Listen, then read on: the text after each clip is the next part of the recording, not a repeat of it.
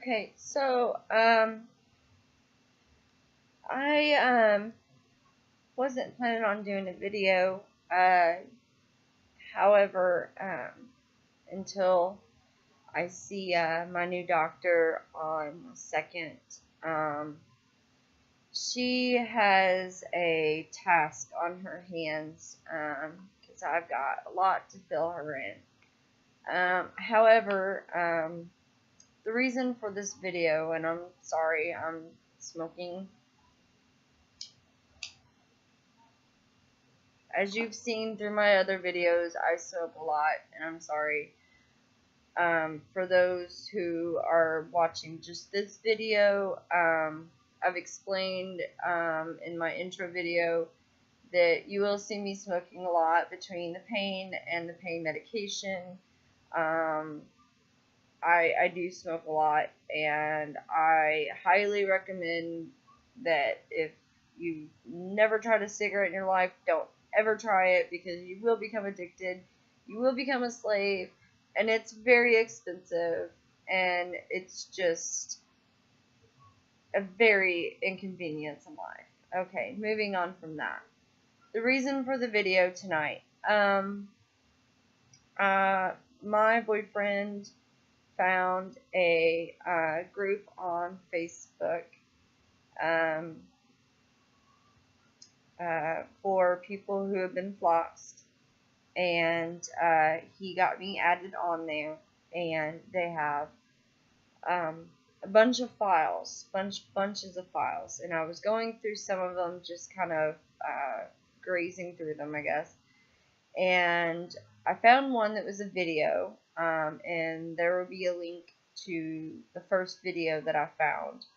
And I was kind of crying while I was watching it, because there's actual professionals out there that know about, that not only know about people being floxed, but they have already helped so many people that have been floxed, and they are already doing research. One of the doctors, if you watch the video, he mentions that he's in the middle of the early stages of a, I guess, an experimental treatment. He couldn't go into details because of how early in the stages it is. But they're already in the early stages of an experimental treatment for this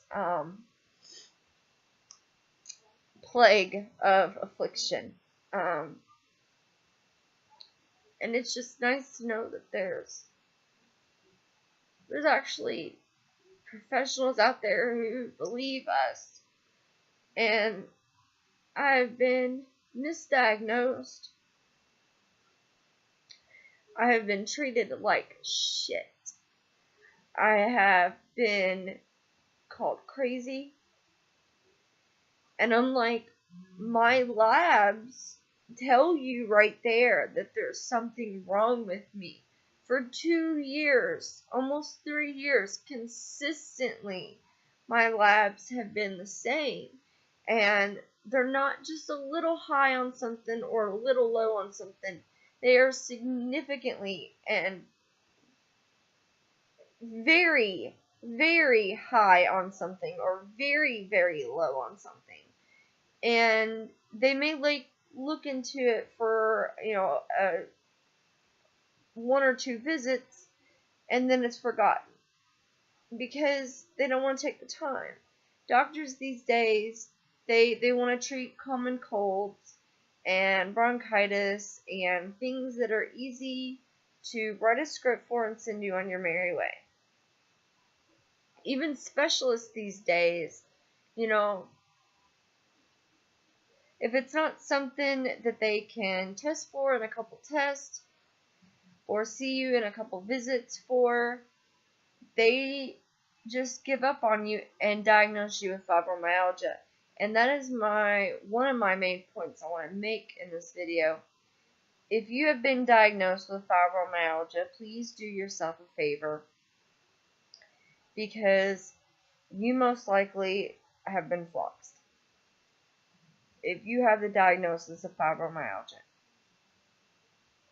You either, because I always say in all my videos, fibromyalgia is a symptom of a disease, and I guarantee you 90% of the people who have fibromyalgia have been floxed. The other 10% have another disease that just hasn't been caught yet or hasn't been diagnosed yet. So do yourself a favor, look into the flox, look into the fluoroquinolone toxicity, and educate yourself. The biggest issue about the fluoroquinolone toxicity is there's no test for it. There's no simple blood test for it. And there's also no treatment for it. There are regimens that people have worked with and have, everybody has kind of the same baseline of regimen, and then it's kind of tweaked to each one's body and for each one's symptoms. And as you may recall, if you've watched my other videos, I spoke about this doctor, Dr. Johnson. And when I saw him, he was one of the few doctors that he would look at me and say, I don't know what it is, but we're going to find it out. I'm going to try to figure it out. And he's the only doctor that would admit that to me. I don't know what it is. I don't know what's wrong with you, but we'll try to figure it out. And he had a hunch about this, and he'd take me for testing, and it came back negative, and he's like, you know what, I'm stumped, but let's try this. And then he put me on this very restrictive diet, and it's called the Maker's Diet. And it is very, very much like what everybody has described. The people that I've seen on the Facebook site and blogs, and people in their recovery videos, them talking about the certain diets that they're on, or that they've been on to recover. It is almost exactly the diet that he put me on. And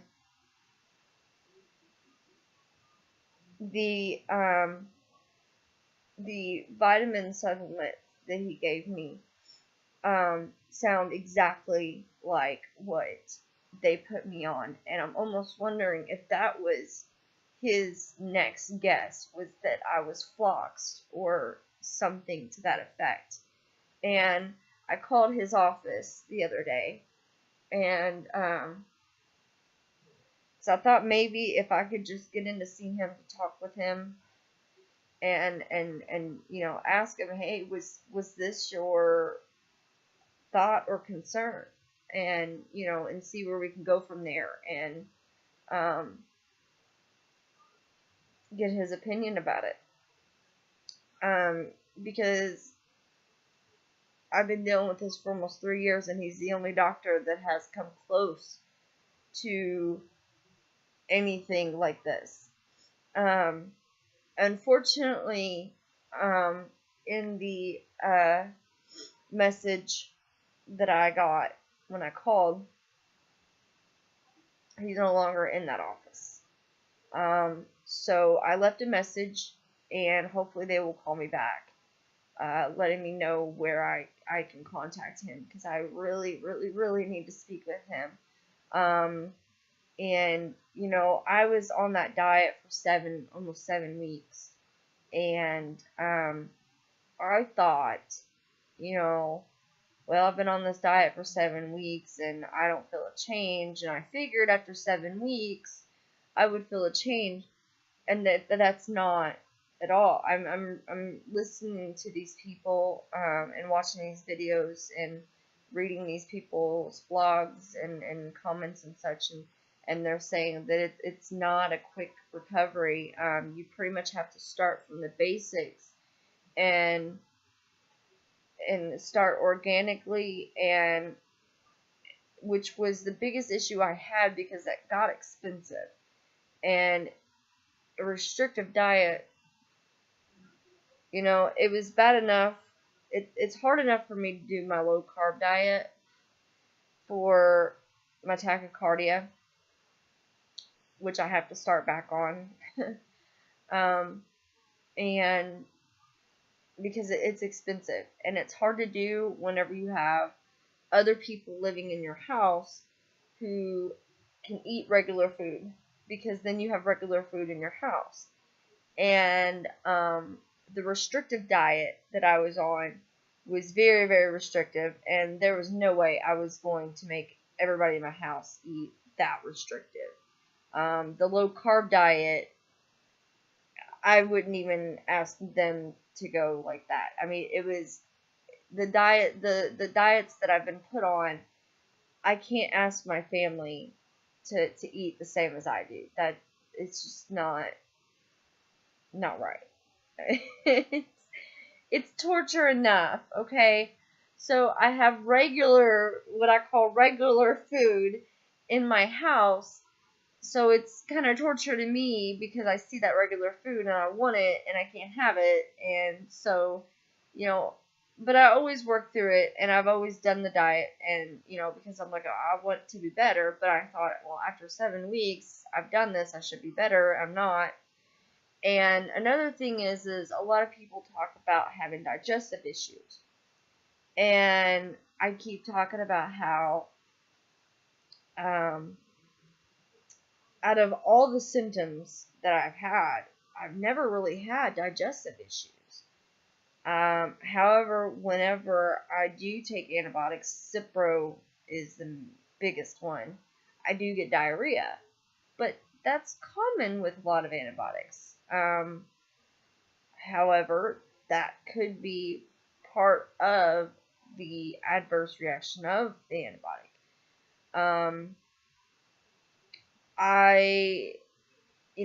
They did mention something about, it could last longer than normal antibiotics. I don't know. I didn't pay attention because I took a bunch of Imodium.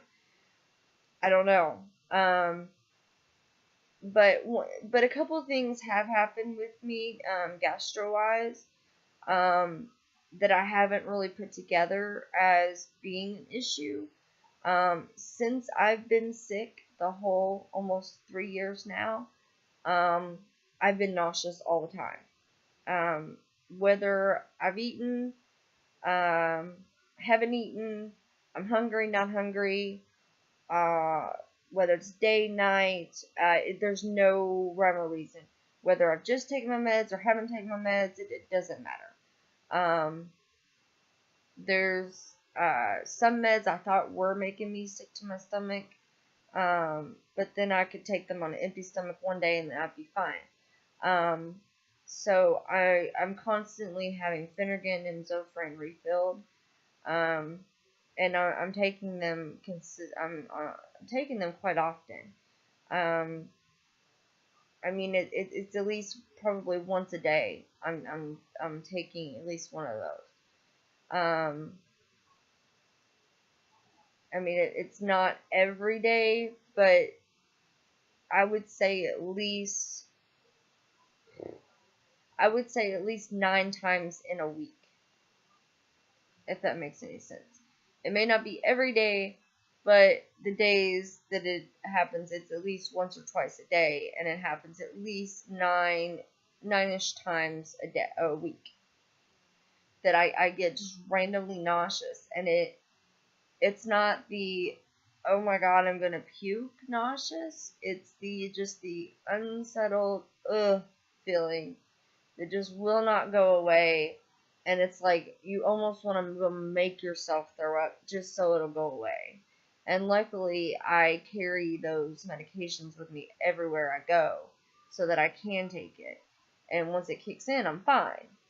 But until that medication kicks in, I mean, that nauseousness just stays with me. So that's one thing that I never put into to account was the nauseousness. Also, since I've not been to pain management, I've been having, and this may be TMI, but, I'm talking about my medical issues, so, I've been having, loose stool off and on. And at first I thought it was because I was no longer taking my pain medication, and I had just taken another dose of stool softener. However, it's been a while, and I'm still having the loose stool, and I should not be doing that. It should have regulated by now. So, and I've been taking pain medication for probably about a year now. So, that pain medication could have been masking that gastro symptom that newly developed while I was on the pain medication. So the pain medication hit it, and I didn't know about it.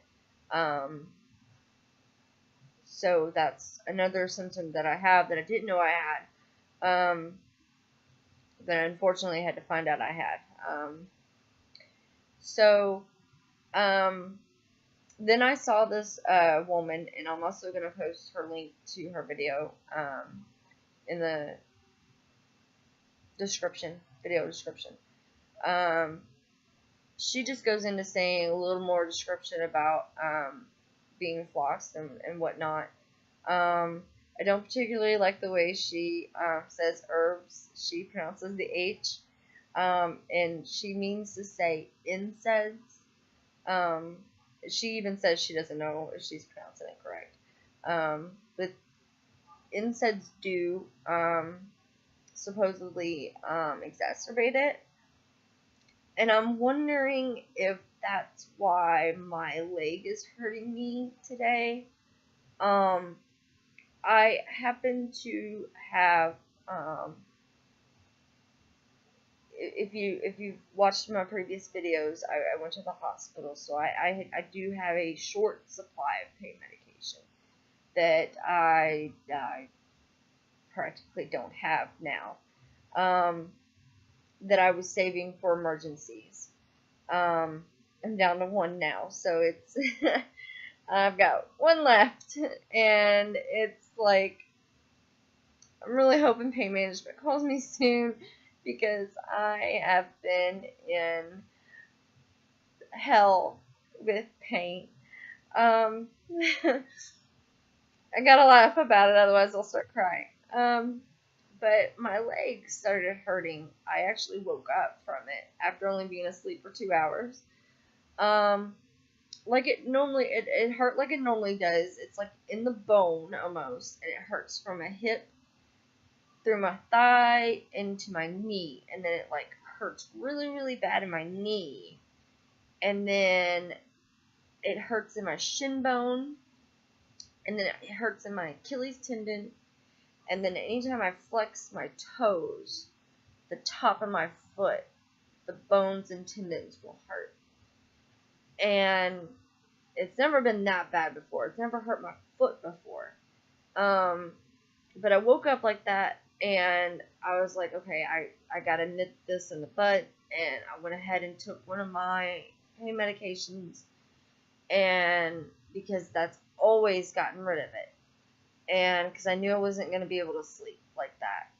I tried to roll over and go to sleep, and I actually got stuck, because my knee was bent, and I actually got stuck, and I had to reach around, which is very hard because I don't have very great range of motion with my arms, and to reach around over to the recliner and move it, luckily it rocks, to wake my boyfriend up, so that he could get me up and get me something to drink to take the medication with. The medication didn't help my leg. And I was very distraught for two reasons. For one, I just wasted a pain medication, and for two, that I was still in pain, agonizing pain, And my first thought was, yesterday, I had taken 3 ibuprofen because I had had a headache. The day before, I had taken 3 ibuprofen because I had a headache. And the day before that, I had taken 3 ibuprofen because I had a headache and because my back was spasming really bad. And I thought maybe the anti-inflammatory properties of it would help. So for 3 days in a row, I took 600 milligrams of ibuprofen. And I've been staying away from ibuprofen. And I've been doing really, really good at it. But I was just in so much pain at the time, I couldn't help it. And the headaches are really weird. I normally don't get headaches. I get my migraines. And these aren't my migraines. And my migraine medicine has been doing very, very well at keeping my migraines at bay. And I mean, every once in a while I'll get a tension headache from my shoulders being so taut and drawn at. But whenever I push on my shoulder, I'll get instant relief. And when I did that, I didn't get any relief. I'm actually starting to get one now. And they don't feel like sinus headaches. For one, I don't have any sinus issues that I'm aware of. And I even went ahead and took some sinus medication first, thinking maybe that was it, because once I pushed on my shoulders and even had my boyfriend rub my shoulders for a little bit, I didn't get any relief whatsoever. So, you know, process of elimination, I was like, it's just weird for me to get a random headache, especially 3 days in a row. That and my back was spasming first day. First day, my head didn't hurt really too bad. It was merely an inconvenience. But my back was spasming really, really bad and was making it hurt. It was like a achy, sour feeling, and I couldn't handle it anymore. And I said, screw it, and I just reached for the ibuprofen. And so for 3 days in a row, I had the ibuprofen, and then I wake up last night, and my leg's hurting. So I don't know if it's coincidence. I don't know. I don't know. All day today, my leg's been hurting. And I, of course, don't want to take any more ibuprofen. I've taken all my medication, my muscle relaxers, everything on schedule, on time. I have tried rubbing it. Me and Andrew spent like probably a half an hour trying to rub it, and it's not in the muscle, it's in the bone. I'd sit there and rub my knee, and it would get a little bit of relief whenever I'd move my kneecap around. But that was it, just around the knee. Like, I couldn't get down deep enough into my thigh, because it literally feels like it's in the bone. And my foot, he started to massage my foot, and I about screamed, like yelped almost. And I said, don't touch my foot. And he said, well, what's wrong with it? And I said, my toe. And I flexed my toe back, and I yelped again. And anytime I flexed my toe back, all the tendons and bone in the top of my foot just hurt just as bad as everything else did. And then my Achilles tendon would hurt even more. And I would get like this electrical sting almost, like it was burning anytime I flexed. Whenever I didn't flex, my Achilles tendon just hurt. I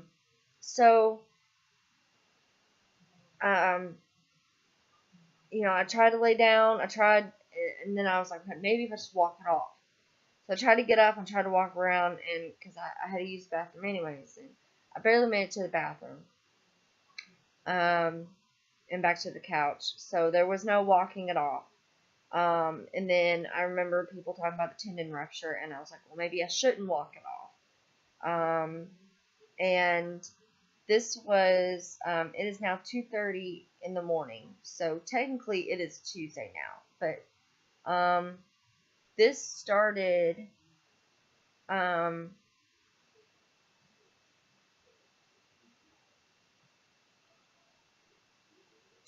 want to say about 4 o'clock this morning. Sounds about right. So it's been almost 24 hours. It's been about 23 and a half hours. And it's still hurting. My left foot has gone almost numb. I don't know if that's a good thing or a bad thing. Not like sleepy numb either. Like normally whenever stuff goes numb on me, it's like a sleepy numb-ish. But it's like I can't feel it. Like I can move it. Like I can sit here and wiggle my toes. And I can feel the blanket on it. But it's like when you get like a general anesthesia, that kind of numb. So I am putting the ibuprofen away. I'm taking it out of my purse so that I do not grab it at all. That is another point that I wanted to bring up to anybody who has fibromyalgia or who thinks they're floxed. Do not take ibuprofen or steroids. I was given a lot of steroids the first year I got sick. And then it got really, really bad the end of that year. And then from then I've been getting a lot worse. And I think that was the contributing factor. So as of right now, I am going to be trying to find a doctor who doesn't think I'm crazy. And I'm waiting on pain management to call me back so that I can go to a doctor. Because it's very hard for me to get out. And it's hard for me to get off the damn couch without pain medication. I do realize now, as far as the diet goes, I need to go back to the original diet. Now that I know how to do it, it should be pretty easy for me to start out with. It's just money-wise, really hoping that I can do it financially, because it did get quite expensive. But at least I know how to do it. So, I'm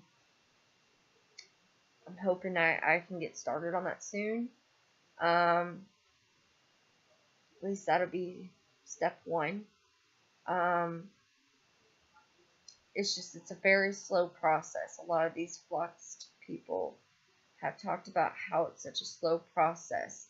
And one thing that scares me is they talk about how they're 4 years in or how they're 8 years in and how they're just getting to normal and yada yada yada. And I'm like, I'm already 3 years in and I haven't even began recovery. I haven't even began the process of recovery. And the bitch of it is there's no test for this. So I could start the recovery for this, and anybody who eats better and takes better care of themselves is going to feel a little better. But I could go 2 years thinking that this is what it is and quit, trying to find out what it is, thinking I already know what it is, and continue on, the recovery regimen when it could be something else.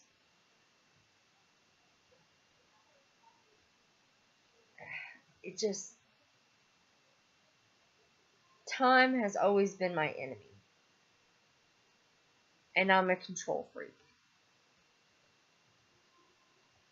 And I've already lost so much time with my family, with my son. And I'm looking at it as I'm going to lose more time. And I'm trying to look at it in a positive way as, we found this is most likely what it is. So I can at least start the treatment. It doesn't hurt to eat better. I can look at it that way. So I'm really hoping to get a hold of Dr. Johnson and see what he thinks on the situation. Or trying to find some doctor around here who can help me. I wouldn't even mind participating in experimental trials. I at this point I'm desperate. Even if it meant taking me off all my medication and starting from square one, as long as the doctor would be willing to listen to me and understand my situation, I'd be willing to do anything to get better and to get my life back, so I can continue my life. My life's been on hold pretty much for 3 years. However, the main purpose of this video was to get the word out that if you have had an illness and you've had doctors not know what it is, or you've been diagnosed with fibromyalgia, or they think you're crazy or you're making it up and people don't believe you. People do believe you. We're not alone. It's so nice to know that now. It's so nice to know that. If you comment below, then I can get in touch with you and we can talk a little bit, and I can see about getting you in with this group on Facebook. They are awesome and very accepting. Again, I'll have links to those 2 videos I was talking about. Definitely give them a look. The first one is a bit lengthy, but please watch it. It's very educational. Definitely look into being floxed by fluoroquinolones, the fluoroquinolone antibiotics, primarily Cipro, Avalox, and Levaquin. So educate yourself and don't give up. Just don't give up. There are thousands, even probably millions of us out there that have had these adverse reactions. The FDA has finally released a statement acknowledging that these medications cause these symptoms. So, we need to speak up and don't give up. I've been through hell and back with every doctor. I've even driven from Indiana to Minnesota to the Mayo Clinic and was treated like shit, and was not treated at all except for like shit.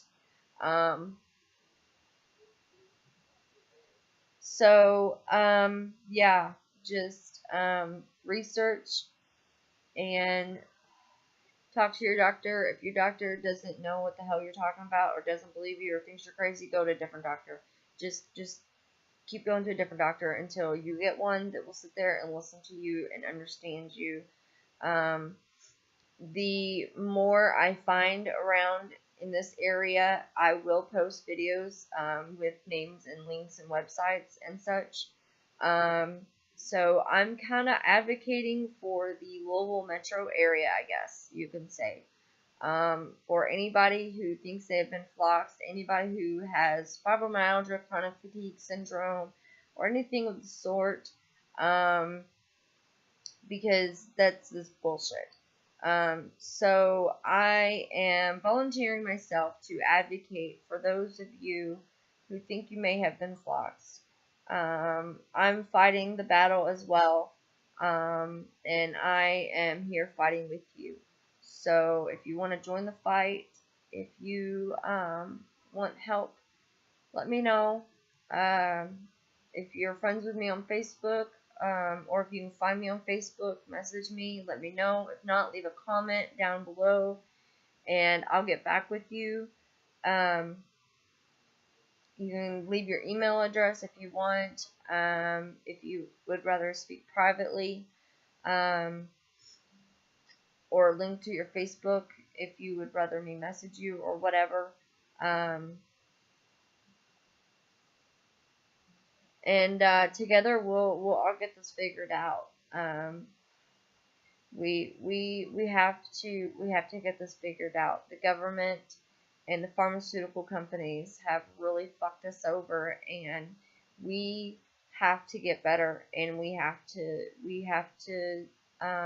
stand up for ourselves and stand together, and let our voices be heard, and let them know that we're not going to sit down and just let a prescription be written for us and take it and then have humongous side effects from it, and then just let everything be okay, and then put us on 30 million other prescriptions that don't work, because they're not the prescriptions we need.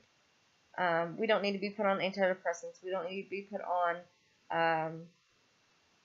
nerve medications and such. And I hate having to be on pain medication. I hate having to be on 2 different muscle relaxers that pretty much don't do anything. And I know there's tons of you like me out there who hate taking 20 different medications a day and are probably tired of paying for them out the butt. And your insurance, I mean, it's just, I know you're tired of being tired. I know you're tired of being sick. I know you're sick of being sick. So let's figure this out together, guys. So comment or message me and let me know how I can help you and how you can help us and how we can help each other.